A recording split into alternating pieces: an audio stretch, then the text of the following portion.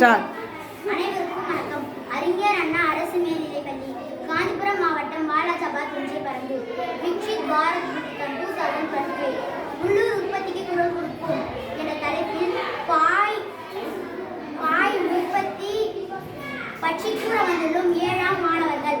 காஞ்சிபுரம் மாவட்டம், வாலாஜாபாத் ஒன்றிய பரந்தூர் வட்டத்தில் அமைந்துள்ள ஒரு சிறிய கிராமம் லபகண்டிகை. லபகண்டிகையில் பாரம்பரிய கைத்தொழில் பாய் நெய்தல் தொழிலாகும். இத்தொழில் இங்கு 4 தலைமுறையாக செய்து கொண்டு வருகிறார்கள். அதாவது 200 ஆண்டுகள் நடைபெற்று வருகிறது. இத்தொழிலில் 40க்கும் மேற்பட்ட குடும்பங்கள் ஈடுபட்டு வருகிறது. 30 வருடங்களாகத்தான் இத்தொழிலில் இயந்திரங்கள் பயன்படுத்தி வருகின்றன. இத்தொழிலில் 5 முதல் 6 நபர்கள் இடம்பெறுகிறார்கள். இத்தொழிலுக்கு தேவையான மூலப்பொருட்கள் கோரை, நூல், வண்ணச்சாயம்.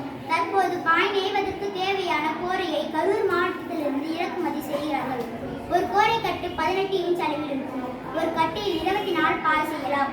முதலில் கோரையை சரி செய்து கட்டு போட்டு காய வைத்து கட்டு கட்டி வைக்கப்படுகிறது. கட்டு கட்டி வைக்கப்பட்ட கோரையை ஒரு அளவிற்கு ஏற்ற போல் இயந்திரத்தில் வெட்டப்படுகிறது. வெட்டப்பட்ட கோரையை வண்ணச்சாயம் போடப்பட்டு பாய் நெய்யும் இயந்திரத்தில் வைத்து தையல் வேலை நடைபெறுகிறது.